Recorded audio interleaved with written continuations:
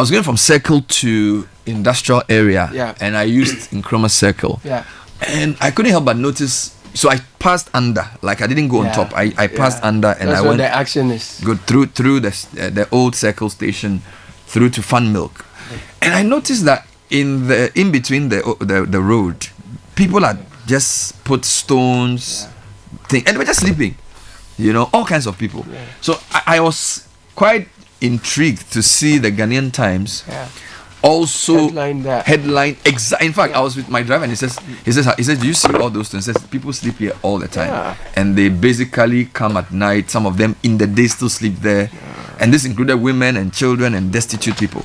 So the Times did a great story on it this morning, and I want you to give me some highlights of that story. Sure.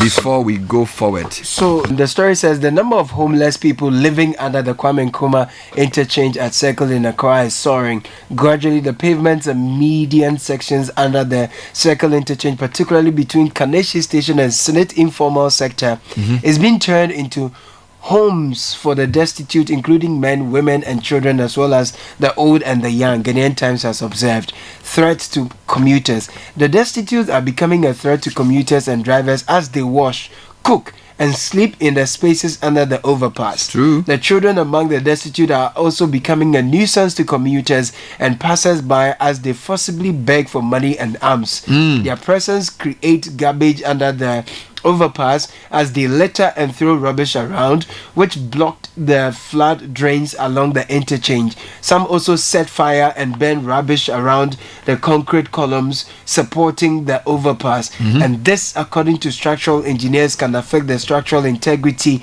of the overpass. The concrete on some parts of the columns are peeling off with metals in them protruding openly. Some of them smoke, urinate on the concrete columns of the overpass, engage in all manner of activities which mar the beauty and serenity of the place.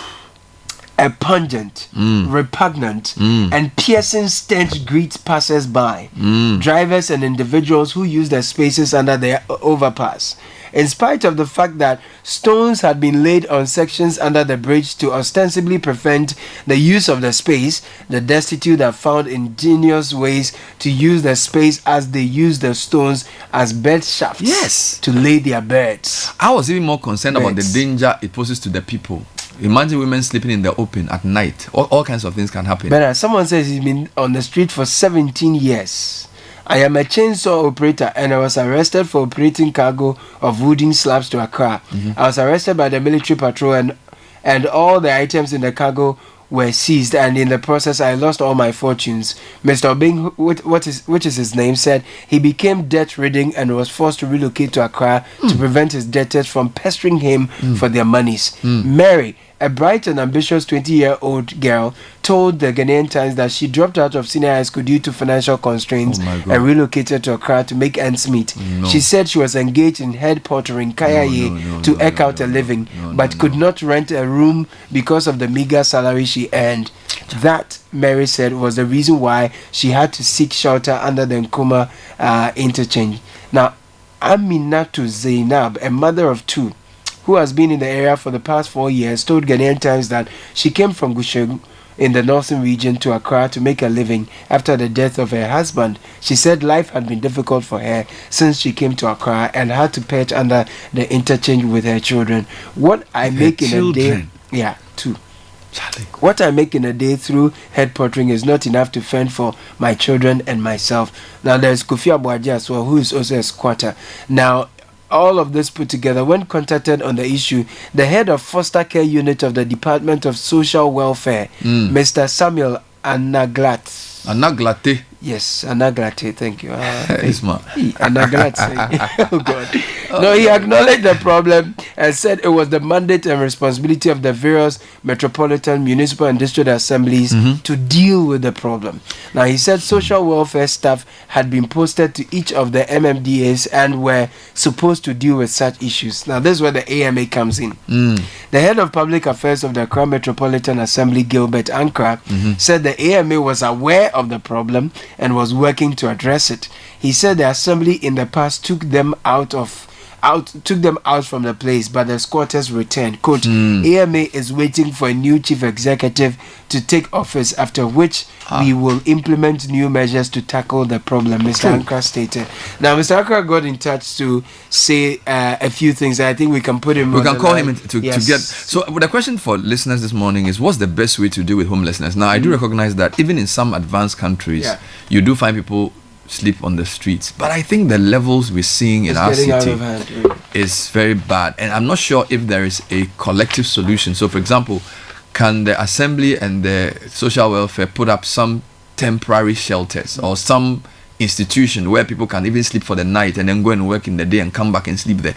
I mean, sleeping at Circle in the open is a threat to their lives. It's a threat to the people who are around. It's just terrible, you know. And I know there's so many people who don't have houses. So, and all these government housing attempts have never really worked, because at the end of the day, the people who get to benefit are not those who actually need to get it. But having said that, the question for listeners this morning: what's the best way to get housing or accommodation or shelter, whichever word you want to use, for people like this? The levels of homelessness we're seeing, very, very sad, and we need to do something about that. We'll speak to A.M.A shortly. All right, let's speak to what's his name? Gilbert Ankra. He's the PRO of the A.M.A. Yes, please. Well, he is quoted as having said that they have known about this and there's a plan to solve the problem, but that they don't have a substantive mayor. I'm not sure if he really said this. Mr. Ankra, thanks for joining us. Good morning. Thank you very much for having me, Bernard. Great. So let's deal with the matter that you consider to be a wrong coverage of what you said, and then we go to the broader issues. The Ghanaian Times is reporting in the interview that you said, because there's no substantive mayor, the plan to sort out this destitute people taking over the interchange cannot be readily implemented. Is that what you actually said? Thank you very much for the opportunity once again. Of course, let me state that in as much as we don't have a substantive mayor, the assembly is running, and all essential services, administrative functions remain uninterrupted. If you look at what we are doing as an assembly, if we decide that we're waiting for a mayor before these issues are dealt with, of course, then the city would not be anywhere for us to be able to live well.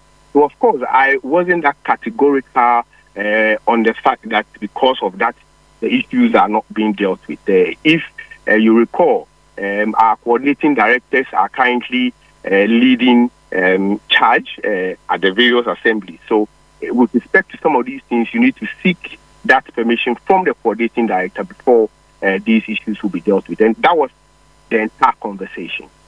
Yeah, but your coordinating directors, if they are working, we will know. I don't know if you followed this show for the past week. We've been talking about refuse in many parts of the city. And the excuse we got, not from you, but from some people, was that maybe because there's no substantive mayor, things have come to a standstill. And then we're told that there are coordinating directors who are actually working. Now, if they are working, the refuse we see in many parts of Accra shouldn't even be there.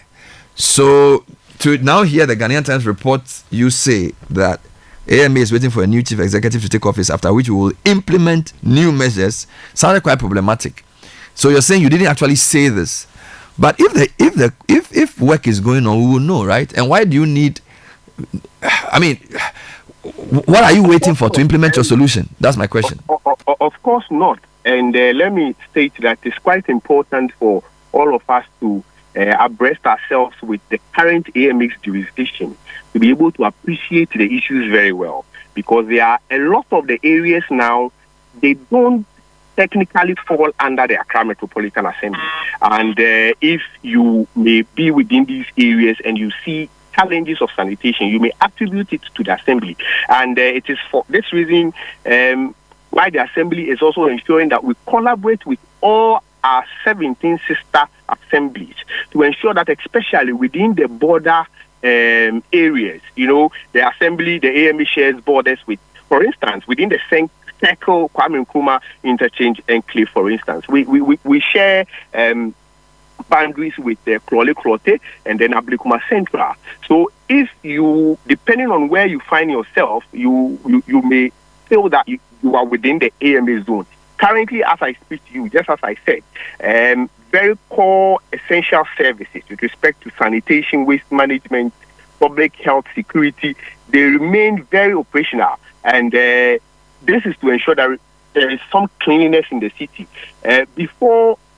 Since the beginning of this year, let me state that the Assembly has been putting in its own resources to ensure that waste within the city center, the A.M.A zone, is cleared on daily basis. As I speak to you now, even if you go to the circle, we have trucks. We deploy the trucks there on daily basis to ensure that the waste is cleared. I see. The refuse I saw was, I think, a few days ago. This was Tiptoe Lane. So Tiptoe Lane, opposite Ghana, former Ghana Post, or where they call Accra North. So I don't know if that's part of your jurisdiction. That's number one. Number two, these destitute people who sleep under the interchange, it certainly is within A.M.A, because this is a circle. So why haven't you implemented a solution that you say you have for these ones? With the issue of the homelessness within that particular enclave, it's quite important to acknowledge the fact that the issue requires some form of collaboration with other institutions to be able to address the issue. And the A.M.A has over the years worked closely with the social welfare organization to even engage these individuals. Aside the homeless, people even beg within the various traffic lights to engage them. There are times where we even provide some support. You spoke about the Tiptoe Lane. That particular area does not fall under the Accra Metropolitan Assembly. So it's quite important to appreciate, as I said, the areas so that we'll be able to know. And that's why we are collaborating with the other sister assemblies to be able to deal with the issue. Right. Back to the issue of the homelessness, we have collaborated in the past. The assembly has collaborated, as I said, with social welfare to engage these folks to understand their circumstances and even provide some immediate support.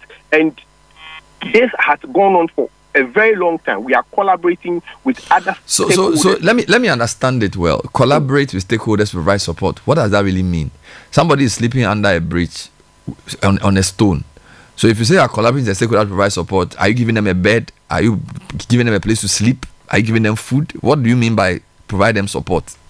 You know, if you look at these homelessness, they have a lot of challenges. So engaging them is very, very important to be able to understand their needs. And some of these services or support include even counseling services, trying to even refer some of them to shelters, even access to healthcare and all that. So the social welfare department is collaborating with NGOs, even religious institutions, to find a way to develop. This is not only about the A.M.A. Don't forget that there is a broader, as I said, social welfare department. I know. What I want to know is, look, do we have shelters? Does the A.M.A know of any shelters in Accra where a homeless person can be sent to sleep as a starting point? In the past, there used to be some shelters, but currently, as I speak to you now, we have not referred any of them to any shelters yet. And so you don't know of any shelters available today, January 29, that if we went to say, look, it's raining, where you're sleeping is bad, we want you to go and sleep here and bath there and come back and work. There's no place like that you are aware of that we can send them to. We would have to come back and deal with the social welfare to be able to. Fair enough. So if you say you are collaborating with stakeholders because if somebody is hungry, give him food. If somebody is homeless, give him a place to sleep, right? So if you say you are collaborating to understand their problem is that they don't have a place to sleep. So I don't know what you are doing, and I'm not saying it's your fault. What I'm trying to simply say is, if you say you are helping the people, we must be clear what you are doing. From what you are saying, I'm not sure I understand the kind of help you give to a homeless person who is sleeping on stones under a bridge in a very dangerous place. Let me state that a lot of these guys, you see them there, don't even sleep there overnight. A couple of them they will be there within. But that's not withstanding the collaboration with other, even religious institutions, to be able to develop some sustainable solutions for these people. And some of these things, as I said, includes even setting up temporary structures, providing them with some of meals, clothes, and all that, to be able to help them integrate into the society. Fair enough. When you have a plan with the social welfare, let us know what we can do to support. My next question and final one has to do with Agbogbloshie generally, and where the scrap dealers have returned. We do know former minister helped to remove or relocate these people, and I think for the past few weeks at least they've come back quite strongly. So I'm referring to from old ICGC all the way towards the A.M.A side, that road that takes you to Agbogbloshie. They've come back with a big bang. Now, I'm sure this area is within your jurisdiction. Has their return been sanctioned by the Assembly? Thank you very much for that question. But it will interest you to note that that particular area does not fall under the Accra Metropolitan Assembly. It falls under the A.M.A Central Municipal Assembly. Issues of them coming back. Okay, so can you help me with where is A.M.A then? Because Tiptoeing is not A.M.A. ICGC is not A.M.A. So A.M.A, just give me the boundaries, because now I'm lost. Thank you very much. Currently, when you are looking at the Accra Metropolitan Assembly, we are looking at let me say, if you come to Okakwe South, we are looking at areas such as industrial area, Aveno, part of Circle, as I said. So for the Circle area, the Vodafone area falls under the A.M.A. The Times area falls under the A.M.A. But the other side, to your the eastern side, falls under the Krole Municipal Assembly. Now, when you come to Ashedu Teteke, we are looking at basically the Central Business District. We are looking at some areas such as Agbogbloshie. So for Agbogbloshie, for instance, it is the lagoon that divides both assemblies. So that is it. Now, when you come to areas such as Ablekuma South, we are looking at communities such as Kolegono. We are looking at Kolebu, Mamplobi, Toko. We are looking at parts of the Bananani Inn area. So when you come all the way to Kamara, there is a bridge. That bridge differentiates, sets the boundary between the Accra Metropolitan Assembly and Ablekuma West Municipality. So you are telling me that Agbogbloshie is not part of A.M.A? No.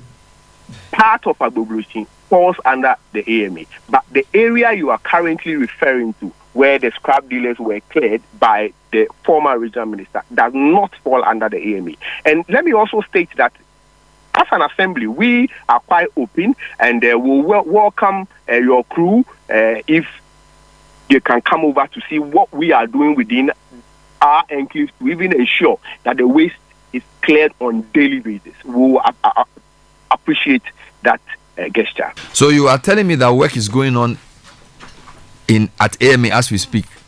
As we speak, currently, if you go to the Circle area within our zone, we have trucks there ensuring that the waste is cleared on daily basis. Let me add that in as much as things are being done, they are not being done in a more speedy way as it used to be, because then it was not the responsibility of the assembly. Zoom Lion used to do some of those things, but currently, because of some challenges, the assembly has taken up to ensure that we do those very ones. But the waste is being cleared on daily basis to ensure that we don't leave any fields. Thank you for your time.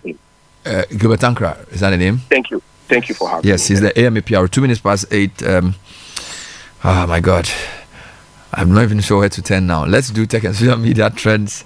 Trying to get some clarity on what is being done for destitutes at Circle, why there's so much filth in Accra. Now we're not even sure where Accra is, at least where A.M.A's jurisdiction is. So let me just leave that and take a breather.